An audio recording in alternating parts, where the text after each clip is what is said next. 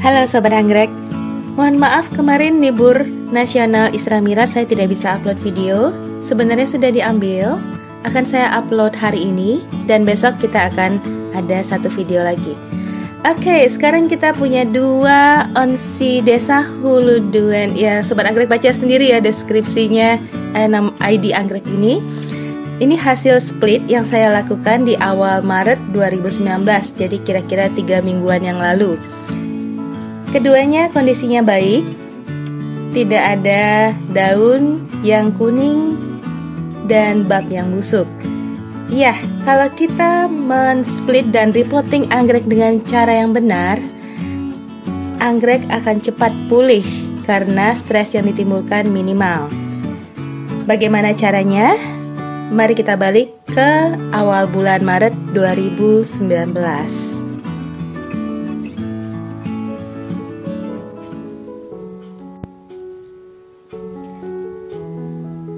Karena namanya panjang, kita sebut saja si kameleon ya Sobat Anggrek.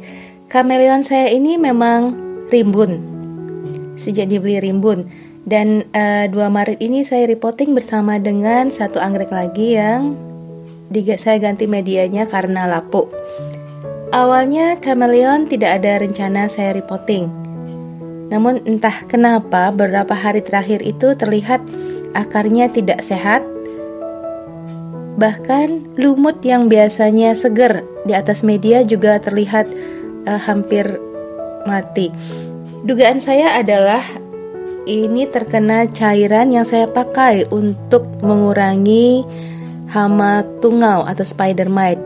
Seharusnya saya semprot di daunnya saja, tapi sepertinya untuk anggrek ini tersemprot agak banyak di akar dan saya lupa membilas. Ya, anyway, akar jadi tidak bagus dan saya jadi niat untuk repotting saat melihat babnya ini kisut, mengkerut. Jadi kalau kita sering mengamati anggrek, kita akan segera sadar bila ada anggrek yang biasanya sehat, segar, tiba-tiba babnya mengkerut dan terlihat tidak segar. Sekalian karena memang medianya belum pernah saya ganti, saya repotting saja dan mungkin kita akan split karena anggrek ini sangat rimbun. Seperti biasa, langkah pertama kita adalah merendam seluruh media anggrek, lebih kurang setengah jam itu cukup biasanya. Nah, setelah itu kita tekan-tekan potnya agar akar mudah terlepas. Teknik ini untuk mengurangi kerusakan pada akar. Ya, ditekan sambil diputar. Saya mungkin akan kehilangan lumutnya karena dengan mengganti media, lumut-lumut ini akan hilang, tapi tidak apa. Ini ada akar baru ya. Sobat Anggrek bisa lihat, ada akar yang baru tumbuh. Jadi sebenarnya anggreknya kemungkinan besar sehat, hanya memang kemarin akarnya terganggu karena terkena cairan yang tidak cocok untuk akar. Oke, kita tarik pelan-pelan.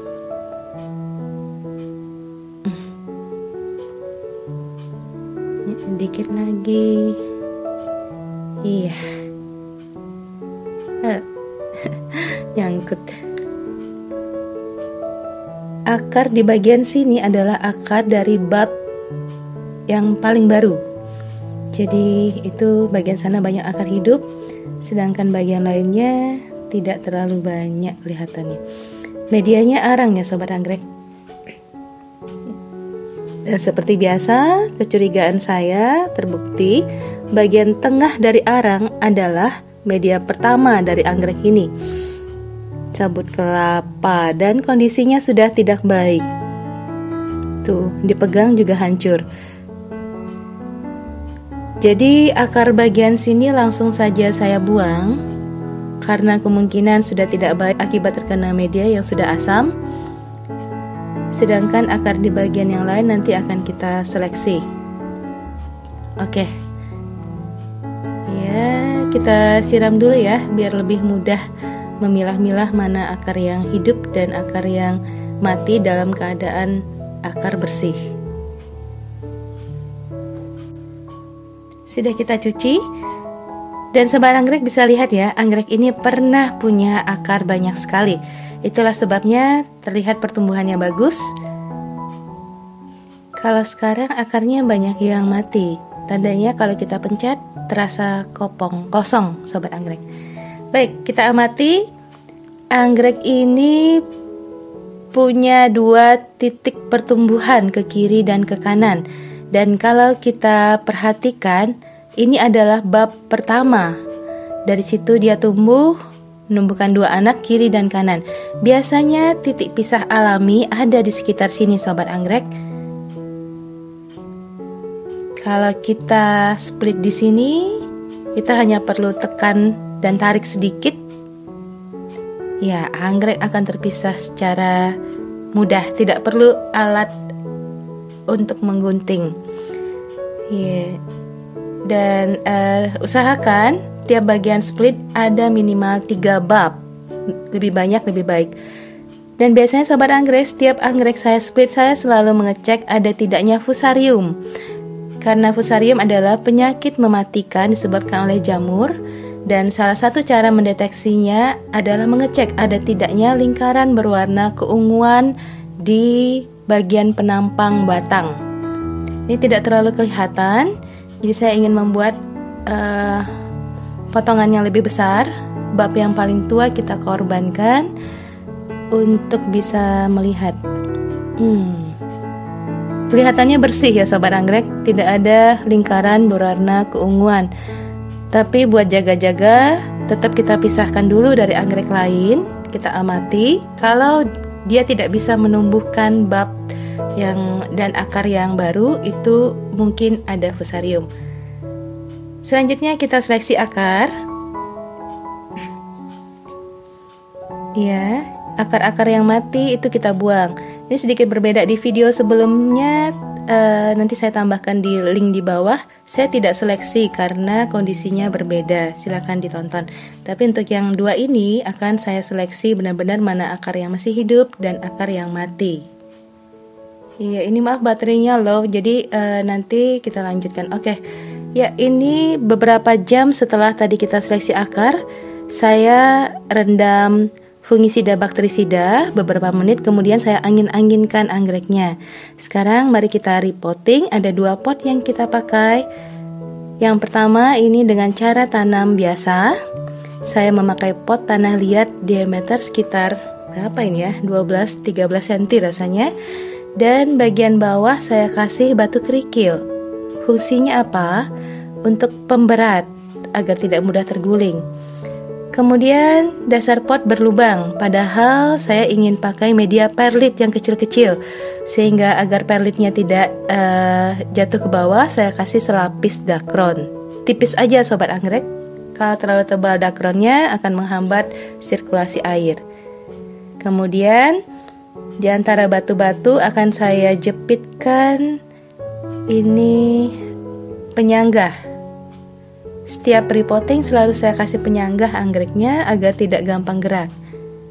Baik, sobat anggrek lihat ya, bagian potongan yang ini lumayan, akarnya cukup banyak yang masih hidup. Itu terutama berasal dari bab yang paling muda ini. Posisi anggrek di dalam pot, saya selalu bilang kita harus memberikan ruang pertumbuhan bagi anggrek, di mana bab berikutnya akan tumbuh dari bab yang paling muda. Ya, jadi yang ini harus ada di tengah-tengah pot. Gitu ya. Sudah dapat posisi, kita tambahkan medianya secara perlahan-lahan. Ya, yang sudah ikut video saya tahu ya, saya sering menggunakan perlit untuk jenis Oncidium. Perlit itu pasir vulkanik yang dipanaskan suhu tinggi sehingga mengembang. Seperti ini warnanya putih. Dan saya campur dengan vermiculit, satu media anorganik lainnya. Vermiculit lebih menyimpan air. Mengingat Oncidium jenis anggrek yang suka lembab, jadi kombinasi pot plastik dan media ini cukup untuk iklim saya. Oke, kemudian kita pakai kabel tie untuk mengikat anggrek. Biasanya saya memilih bab yang paling kuat, tapi karena bab yang paling muda ini masih tumbuh, yang saya ikat adalah bab yang kedua. kedua paling muda. Ya, selesai kita satu repotting, media perlit dan pot plastik.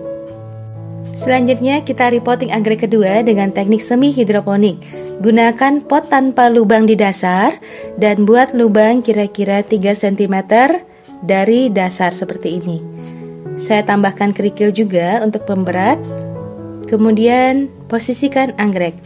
Ini agak berbeda dengan yang tadi. Ada 2 tunas muda yang belum berakar. Ya, akar yang ada lebih sedikit daripada yang tadi, tapi kita punya 2 tunas muda yang belum menumbuhkan akar. Ini penting karena mereka akan ada tahap di mana mereka menumbuhkan akar sehingga bisa menopang anggrek. Oke, penyanggah sudah saya masukkan ke tengah-tengah anggrek. Media saya pakai perlit sama, tapi kali ini saya coba hanya separuhnya perlit, separuhnya lagi saya pakai sabut kelapa yang bentuknya halus seperti ini sobat anggrek. Saya beli jadi tidak tahu bagaimana mengolahnya. Tapi sebelum ini saya cobakan ke 1-2 anggrek terlebih dahulu, dan mereka responnya baik, akar tidak gosong. Ada yang bilang sabut kelapa beracun, tapi sudah saya tes yang ini tidak. Sering ada pertanyaan kepada saya, Mbak, media apa yang baik buat anggrek ini atau anggrek itu? Nah, sobat anggrek, kalau saya bilang media dan pot itu berpengaruh pada bagaimana cara kita merawat dan menyiramnya, karena kondisi anggrek dan iklim tiap orang berbeda. Jadi sobat anggrek sebenarnya bisa pakai media apapun, tapi sesuaikan teknik penyiraman dengan media yang dipakai. Nah, sudah selesai. Dengan cara ini akan ada air setinggi lubang terbawah. Inilah yang disebut dengan teknik semi hidroponik. Ya, kembali kita ke awal video. 29 Maret 2019, 3 minggu setelah repotting. Yang ini bisa sobat anggrek lihat ya, babnya masih utuh. Ada 5 bab. Tidak ada yang busuk, dan kita lihat memang babnya sedikit berkerut.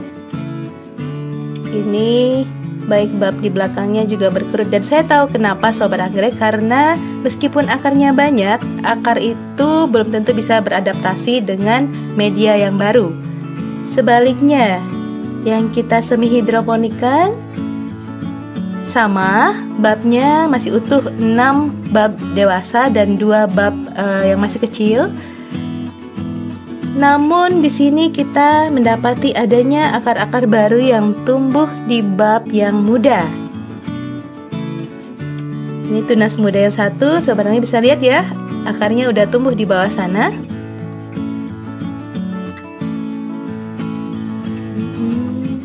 Akar ini menopang saluran nutrisi dan air ke seluruh tanaman, sehingga bab-bab yang induknya juga tidak terlalu berkerut. Tunas satunya juga sudah tumbuh akar. Tuh, bisa lihat akar-akar segar sudah mulai tumbuh. Ya, sekian update saya, dan apa kesimpulannya sobat anggrek? Apakah semi hidroponik lebih baik daripada cara tanam biasa? Eits, jangan terlalu cepat ambil kesimpulan sobat anggrek, karena bagaimanapun yang saya sebutkan, pemilihan media dan pot hanya akan berpengaruh pada frekuensi kita menyiram. Alasan sebenarnya mengapa yang di pot putih lebih baik adalah karena tahap pertumbuhan pada saat saya repotting dengan adanya 2 tunas muda yang siap menumbuhkan akar-akar baru. Sedangkan yang di pot hitam kondisinya sudah tidak dalam tahap pertumbuhan akar. Jadi ini tips saya kali ini, betapa tahap pertumbuhan anggrek pada saat repotting akan berpengaruh pada cepat tidaknya anggrek pulih. Ya, tips-tips repotting lainnya bisa ikuti video-video saya di channel YouTube Teras Anggrek. Dan jangan lupa subscribe dan like video ini. Saya Andari, sampai jumpa di video berikutnya.